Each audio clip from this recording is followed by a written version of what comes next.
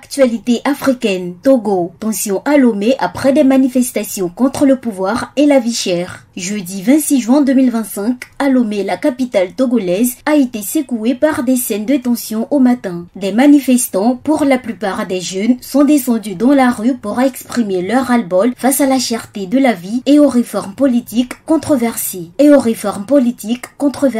En réponse, les forces de l'ordre ont été déployées en nombre et ont rapidement dispersé les rassemblements à coups de gaz lacrymogène. Dans plusieurs quartiers populaires de Lomé, notamment à Ezranaouye et Novossi, des pneus ont été brûlés, des caribades dressées et de nombreux commerces sont restés fermés. Des habitants ont préféré ne pas ouvrir leurs boutiques par peur des pillages. J'ai fermé ma boutique pour soutenir les manifestants. Le pays souffre, il faut que ça change, confiait une commerçante. Une autre, plus inquiète, expliquait: dans ce genre de manifestations, des gens viennent profiter du désordre pour voler. Une colère qui monte contre un régime contesté. Ce mouvement de rue n'est pas le premier. Depuis le début du mois de juin 2025, la société civile et plusieurs influenceurs togolais appellent régulièrement à manifester contre les conditions de vie difficiles,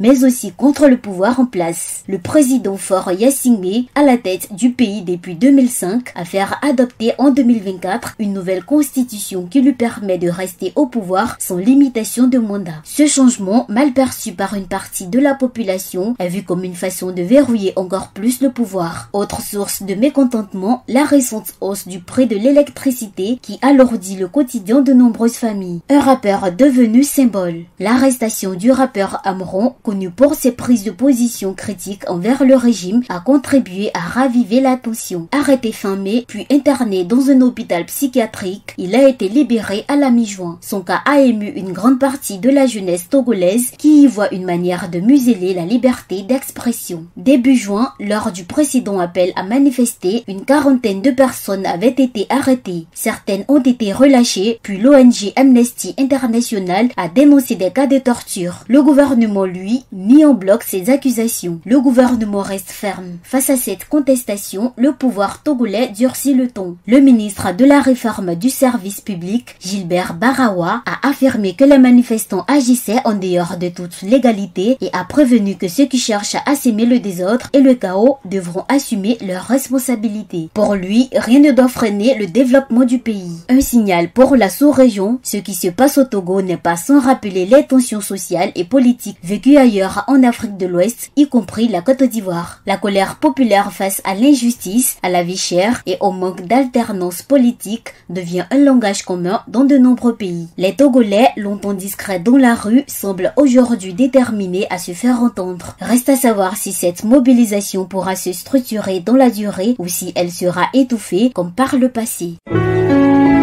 APRA, Agence Presse Radio et Audio.